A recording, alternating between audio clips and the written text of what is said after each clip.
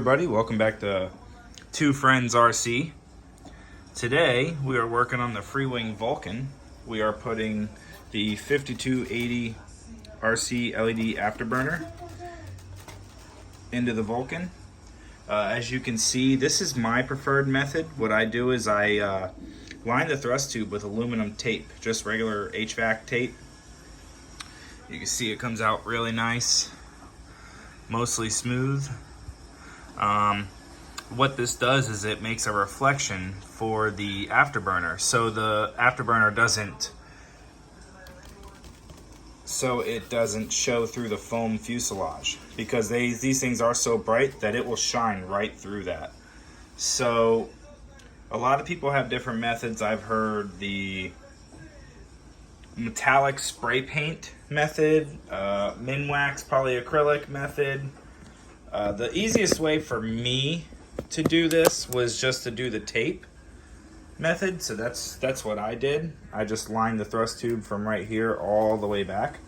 So I went ahead and did that before I started filming, just to get the hard part out of the way, or I should really say the part that takes the longest. I already have the wire ran through the fuselage for the afterburner. I already have the controller mounted. So I'm strictly just showing how to actually mount this to the motor. Right now it's just sitting on it. So what you would do is, it's a dry fit. I'm just testing the dry fit to see how it does, and it fits perfectly. So now what we're gonna do is, we're gonna take some foam tack. Foam tack is the easiest to work with, I've found, when it comes to this part of the hobby. So what we'll do is, we'll just take this right here.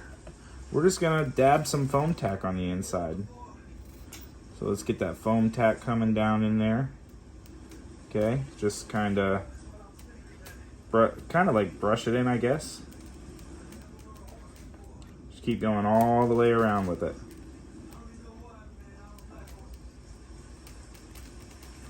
We want to coat that whole thing. Now it's not going to hurt the motor in any way. So once that's on there, we're just going to go ahead and take this, where the motor wires, there's a little slit in the 3D printed piece for the motor wires to go into. So we're just going to slide those in there ever so slightly. And you're just going to take this and shove it on the motor. Now what a lot of people do is they'll take these, and when they use foam tack, they'll pull it back off. You'll see it get a little webby, like a spider web. They'll let it sit for 60 seconds and then put it back on. It's not necessary. You don't have to do it that way, but you can. So after you get it on there, all you're gonna do is take a zip tie and just run this zip tie around. Now Larry from 5280 RC, he supplies a zip tie with every afterburner that he makes and sends out.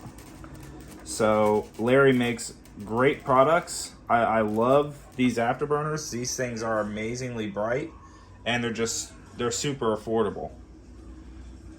So after you get the zip tie on there, make sure it's nice and tight, and then just take a pair of clippers, which I have hiding under the foam stand here.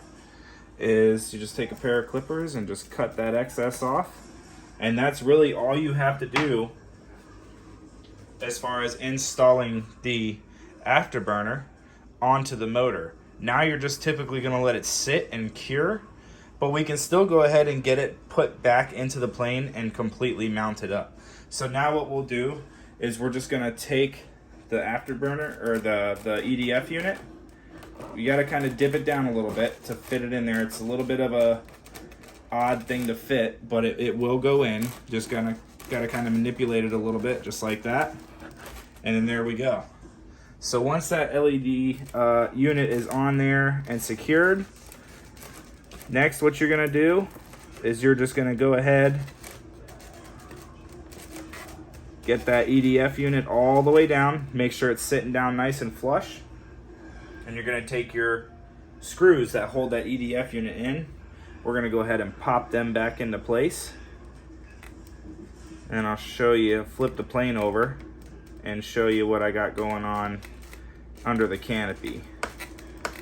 So just get these bad boys tightened down real quick, and then we'll be right back with the top section where the canopy is, and I'll show you guys how I ran that, because the wires in this thing running through the fuselage, it looks like a mess of spaghetti wires in there, and it's just, I wish there was a little bit cleaner way to do it. I guess the only real clean way to get this down and get the wires like tucked away nicely is probably to end up shortening them, to be honest, because they're so long. You don't need that much wire. But I'm not going to cut brand new wires on a plane. So what I did is, I'll show you here in a minute, I just kind of zip tied them all together and then just kind of pushed them into the back of the fuselage, into the back of the front of the fuse where the canopy is. So that's in. Okay. Give you guys a quick view. Afterburner's in. It's all mounted up. So now what I'll do is I'm just going to go ahead and put the latch on real quick, or the hatch, I should say. Excuse me, the hatch. Pop that into place. And basically that part of the install is done. Let me just tighten these up real quick, and then I'll show you guys the top side, and I'll show you what I did. I'm flying it on a Spectrum receiver with an NX10, non-stabilized receiver. It's just an AR620, so nothing special. So what I did here was to get the wires and everything ran. It's a really big spaghetti mess in there. So I took the blue box out because this comes with a blue box shoved back in here. I don't use those blue boxes in any of my planes. The only plane that I actually have one in is my F-22, which is the Freewing 90mm F-22. But I'm actually getting ready to pull that out because I'm going to be putting a 10-channel receiver in it to get full flapper-on mix and spoilers and all that. So typically I take the blue boxes out of these things. So my receiver is mounted right up top here. Okay, it's just AR620. And then here's the Afterburner, the LED Afterburner controller. So what this does is, I actually got to pull the battery hatch back up to run that wire up and under and through here. But just for the sake of the video, I'm just showing you how I've got it so far. So it comes with this piece of plywood already in here, which is a nice feature from Freewing, because typically you can mount your RX right there because the blue box is shoved back here, but the wires come up under the battery tray and up to right here. So originally I had the 620 mounted right here, but I took the blue box out, got rid of it, and mounted it back there. So now it's a perfect place for this to sit. And on top of that, there's no interference with the canopy. So let me just throw this on here real quick and then I'll show you. No interference with the canopy at all. There's no gaps. It's sealed tight. So I think it's gonna work perfect where it's at.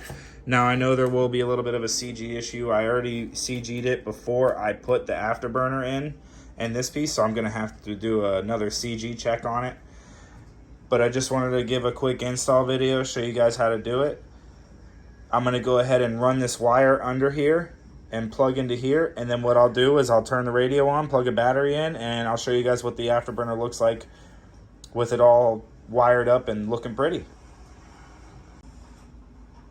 Okay guys, back again. So real quick, just showing you, I just have the battery sitting in here. It's a 6S4000. I ran that wire under the battery tray real quick, got that situated. It's all plugged up, ready to go. I just got to plug in the battery. So this will plug into the balance port of the battery, and that's what powers the controller and the light controller. I am using a Spectrum NX10, like I said. So let's go ahead and come around to the back of the plane. Again, this is a 5280 RC Afterburner. So Larry makes great products. They're great prices. For the price, you just can't beat them. And they look so cool. So let's try this again.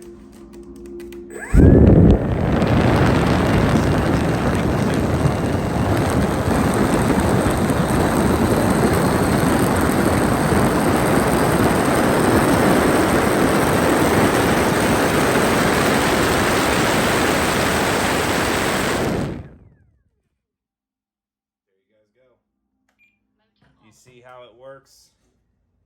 It works perfect. Show you the flaps real quick. Might as well, right? So, pretty cool product, guys. And then I have this 3D printed nozzle that's going to actually go on the end as well. I'm going to be putting that on here shortly too. So, we'll see how it looks when it's all done, but that was just a quick video to show you guys how everything is mounted in the plane.